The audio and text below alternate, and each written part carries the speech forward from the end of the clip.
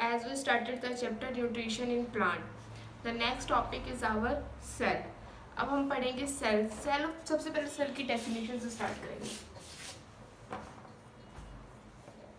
Cell क्या होता है? जैसे हमें सपोज एक वॉल है, मुझे ये वॉल तैयार करनी है।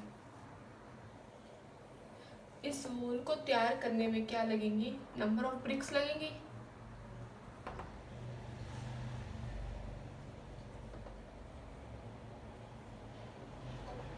ऐसे यहाँ पे क्या लगेंगे? ब्रिक्स। तो इसका सबसे यूनिट क्या है? इसका सबसे छोटी यूनिट क्या है? हमारी ब्रिक के। वैसे सपोज ये मेरी ह्यूमन बॉडी है, इसके सबसे छोटी यूनिट क्या है? सेल। तो यहाँ से हमें पता चल गया जो सबसे छोटी यूनिट है लिविंग ऑर्गेनिज्म के अंदर। अब छोटी तो और भी होती है, एटम्स, प्रोटॉन्स, न्यूट्रॉन्स, ये सब ये भी छोटे होते हैं। पर क्या होता है कि ये नॉन लिविंग में भी आते हैं। हमें किस में चाहिए? लिविंग में चाहिए। तभी हमारा जो लिविंग में सबसे छोटी चीज़ क्या होती है? वो क्या होती है? सेल होती है। इसके बाद हम पढ़ेंगे कि इसकी सेल की डिस्कवरी किसने करी? सेल की डिस्कवरी किसने करी? रॉबर्ट हुक ने करी। 1664 में करी थी। इसने क्या फाइंड आउट किया था? इसने क्या लिया? प्लांट का, पहले प्लांट लिया, प्लांट के अंदर क्या लिया? बार्क लिया। बार्क से उसने क्या ली? उसने कॉर्क शीट। अब इस कॉर्क शीट को उसने स्टडी किया। स्टडी करने के बाद वो क्या फाइंड आउट करता है? उसको क्या मिलता है इसके अंदर कि कॉर्क शीट के अंदर कि ऐसे क्या है इसके अंदर, ऐसे इसका स्ट्रक्चर हमें क्या मिल रहा है? ऐसे टाइप का मिल रहा है।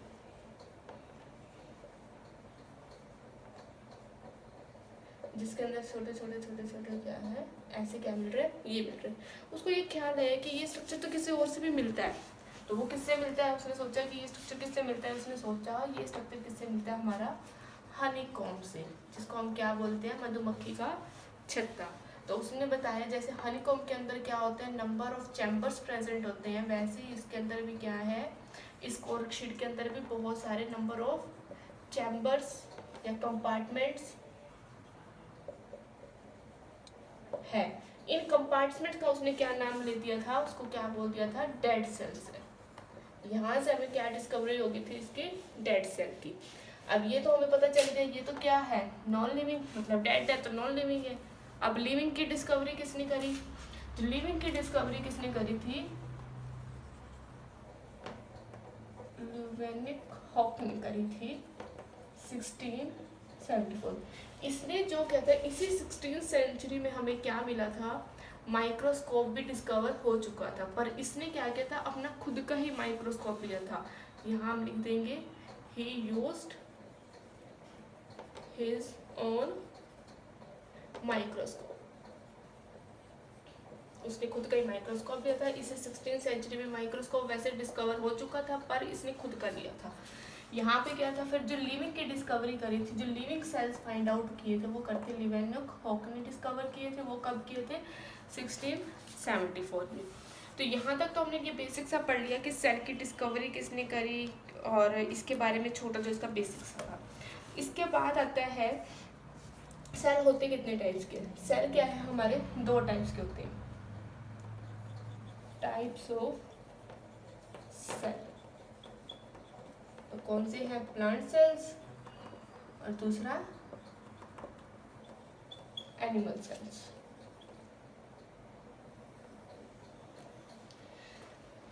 अब हम पढ़ेंगे प्लांट सेल्स क्या होते हैं, एनिमल सेल्स क्या होते हैं। अब इसके अंदर क्या है, थोड़ा अलग अलग पढ़ेंगे इनको। अब जो इसका बेसिक सा स्ट्रक्चर जो आपकी बुक में गिवन है, इसका ऐसे कुछ ऐसे दे रखा है स्ट्रक्चर।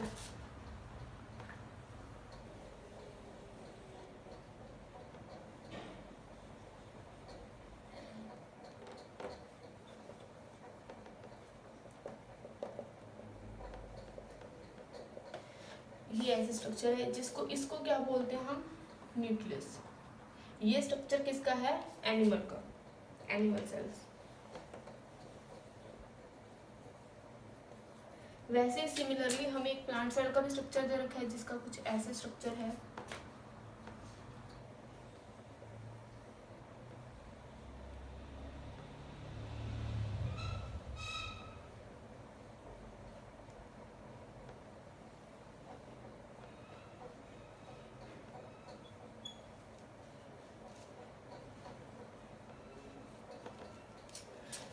इसमें जैसे न्यूक्लियस है, इसमें न्यूक्लियस प्रेजेंट है, तो इसमें भी न्यूक्लियस प्रेजेंट है।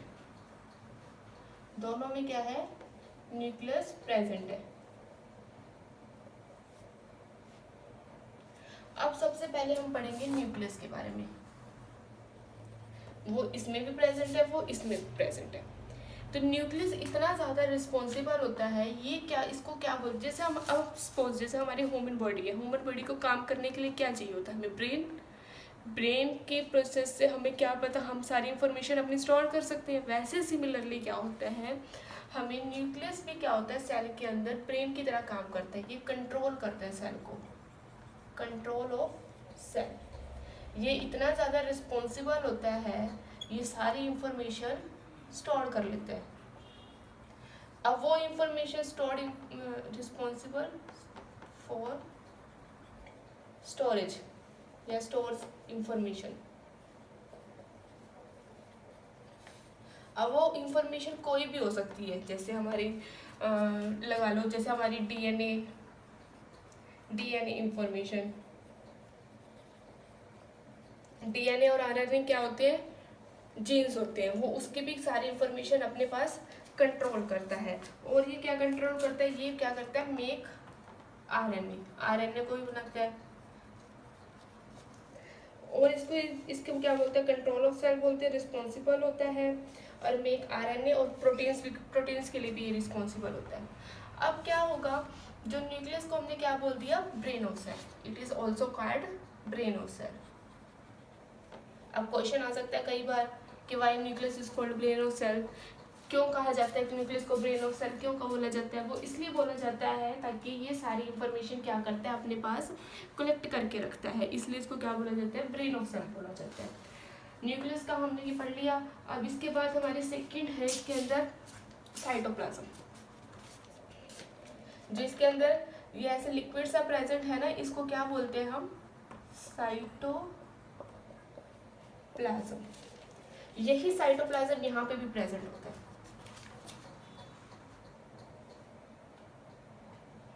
यहाँ पे लिक्विड होगा, इसको भी क्या बोलते हैं, साइटोप्लाज्म।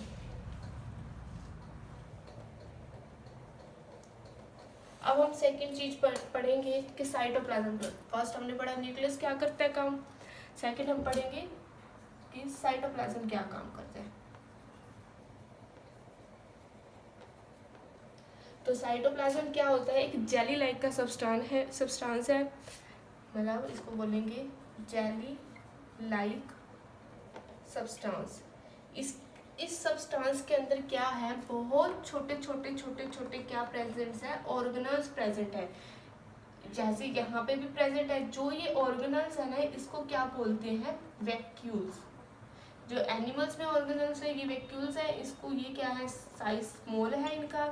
जो यहाँ पे क्या है, वैक्यूल क्या है, लार्ज है।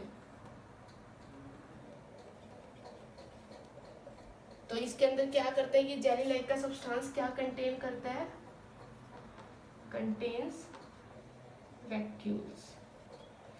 एनिमल के अंदर स्मॉल है और इसके अंदर लार्ज है। अब इसके बाद क्या होगा, ये फंक्शन पढ़ लिया हमने, न्यूक्लियस का पढ़ लिया कि ये क्या करता है, कंट्रोल करता है सारी एक्टिविटीज को, सेल की ग्रोथ वगैरह, ये सभी चीजों को। उसके बाद है माइटोकॉन्ड्रिया। माइटोकॉन्ड्रिया क्या होते हैं, ये ऐसे बड़े बड़े सब्सटेंस, ऑर्गेनल्स प्रेजेंट है, ऑर्गेनल्स को बोलते हैं माइक्रोकॉन्ड्रिया। तो जैसे जैसे यहाँ प्रेजेंट है, वैसे भी क्या है, यहाँ पे भी प्रेजेंट है, दोनों के अंदर प्रेजेंट होते हैं, इसके अंदर भी प्रेजेंट है और इसके अंदर भी। अब थर्ड हमारी चीज आती है माइटोकॉन्ड्रिया।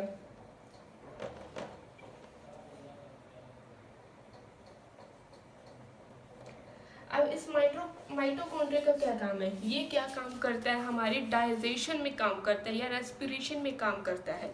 इसके तो हम इसके अंदर क्या लिखेंगे, द फंक्शन ऑफ इसका क्या है, it is carry out respiration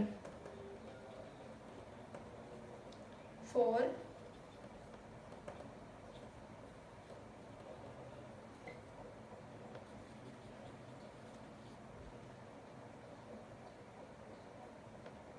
from food. जो हमारे वैक्यूल्स होते हैं इनका काम तो क्या होता है, एयर को स्पेस करना, मतलब अपने अंदर एयर को ले जाना।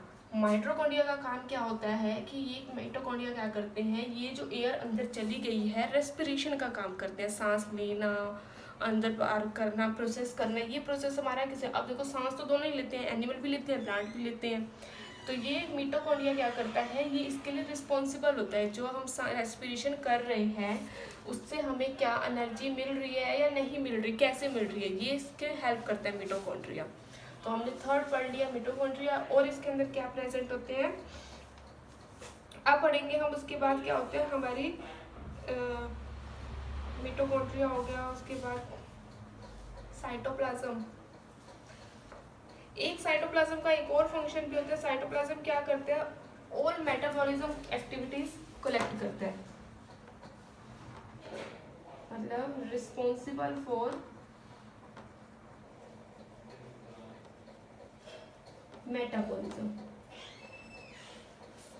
हमने न्यूक्लियस में पढ़ा है, ये कंट्रोल करता है, जिसको क्या बोलते हैं, ब्रेन ऑफ सेल बोलते हैं। ये रिस्पॉन्सिबल होता है सारी इंफॉर्मेशन को स्टोर करने में। साइटोप्लाज्म किसके लिए रिस्पॉन्सिबल होता है, मेटाबॉलिज्म के लिए। अब क्या आएगी, मेटाबॉलिज्म क्या है, एक नई चीज आ गई। मेटाबॉलिज्म क्या होता है, तो मेटाबॉलिज्म क्या होता है, जो भी हम फिजिकल और केमिकल एक्टिविटीज कर रहे हैं, सपोज मैं खाना अंदर लेके जा रही हूँ, लेके जाना भी क्या है, मेरी फिजिकल एक्टिविटी है।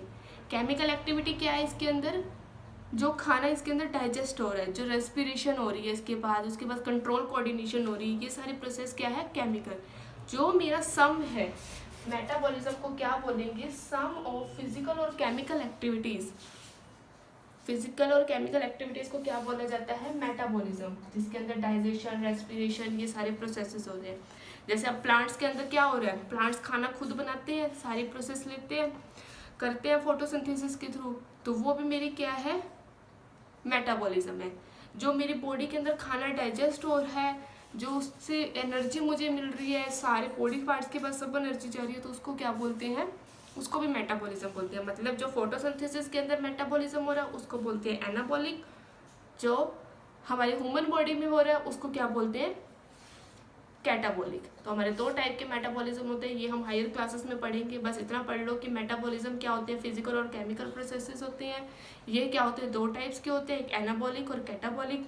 एनाबॉलिक फोटोसिंथेसिस में होता है और कैटाबॉलिक किस में होता है, ह्यूमंस में होता है, मतलब जिसका एग्जांपल है रेस्पिरेशन। तो साइटोप्लाज्म का ये काम होता है, न्यूक्लियस का ये काम होता है, मिटोकॉन्ड्रिया का क्या काम होता है, respiration of releasing energy from food. उसके बाद हमारे क्या पार्ट्स रह गए, जो इसके आउटर लेयर है, जिसको क्या बोलते हैं, सेल वॉल। तो हमने जहाँ पढ़ लिया प्लांट्स में क्या होते हैं, ये जो इसकी बाहर वाली लेयर है इसको क्या बोलते हैं, सेल वॉल। अब ये सेल वॉल इसमें प्रेजेंट नहीं है एनिमल में, पर क्या है, प्लांट में प्रेजेंट है। तो फोर्थ हमारी है सेल वॉल। तो सेल वॉल क्या करती है, हमें सपोर्ट और रिजिड, मतलब एक जगह पे डट के खड़े होने के लिए किस कौन रिस्पॉन्सिबल है, सेल वॉल। कभी हमने देखा कि प्लांट्स चलते हैं इधर से उधर, नहीं चलते ना प्लांट्स। क्यों नहीं चलते प्लांट्स, वो किस लिए नहीं चलते, क्योंकि उनके पास सेल वॉल है, उनके पास इतने सपोर्ट सिस्टम है कि वो एक ही जगह पे अपना कर सकते हैं। प्लांट्स तो नहीं चल सकते ना, ये तो हमें पता ही है। अब जो ये हमारे एनिमल्स है, इसमें क्या होता है, मूवमेंट होती है। जानवर क्या है, एक जगह से दूसरी जगह पे जाते हैं, सब घूमते हैं, ह्यूमन्स बॉडी भी घूमती है, तो इनके अंदर सेल वॉल प्रेजेंट नहीं होती, क्योंकि हमें नहीं चाहिए। हमें मूवमेंट का कुछ भी हम खुद से कर सकते हैं, पर ये प्लांट पर इनकी मूवमेंट कैसे, इनकी मूवमेंट नहीं हो सकती। इसलिए क्या, ये नहीं हो सकती तो इनको खड़े होने के लिए भी कोई सपोर्ट सिस्टम चाहिए, वो कहाँ से आता है, सेल वॉल से आता है। और क्या है इसके अंदर, प्लांट सेल्स के अंदर हमें क्लोरोप्लास्ट भी मिलता है, जो ग्रीन कलर का यहाँ पे प्रेजेंट होता है, इसको क्या बोलते हैं, क्लोरोप्लास्ट। तो क्लोरोप्लास्ट फिफ्थ लिखेंगे हम, क्लोरोप्लास्ट। क्लोरोप्लास्ट क्या होता है, क्लोरोफिल के लिए रिस्पॉन्सिबल होता है, जिससे हम खाना बनाते हैं, मतलब make food in presence of chlorophyll, जिसको मैंने बताया था क्लोरोप्लास्ट को क्या बोलते हैं, किचन ऑफ द सेल भी बोला जाता है। तो इसको क्या बोलते हैं, क्लोरोप्लास्ट को किचन ऑफ द सेल। इसके अंदर क्या होती है, क्लोरोफिल प्रेजेंट होती है। यहाँ पे क्या करती है, ये अपना खाना खुद बनाती है।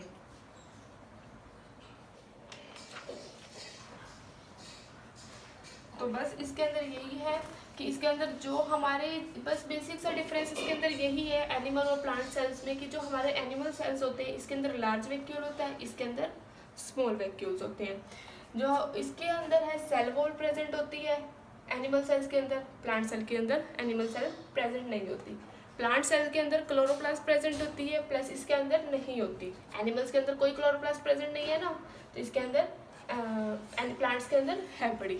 तो ये तो हमारा सब बेसिक सा था, इसके पॉइंट्स थे। तो आपने नोटबुक में क्या करना है, सबने टाइप्स ऑफ सेल्स लिखने हैं, जिसमें क्या लिखना है, प्लांट सेल और एनिमल सेल्स। उसके बाद करने हैं इसके स्ट्रक्चर बनाने हैं। स्ट्रक्चर बना के सबसे पहला लिखना है न्यूक्लियस का क्या काम है, उसके बाद लिखना है साइटोप्लाज्म का क्या काम है, उसके बाद लिखना है मिटोकॉन्ड्रिया का क्या काम है, फिर फोर्थ आएगी सेल वॉल, फिफ्थ आएगी क्लोरोप्लास्ट। तो ये 5 पॉइंट्स है इसके, नोट डाउन करने हैं।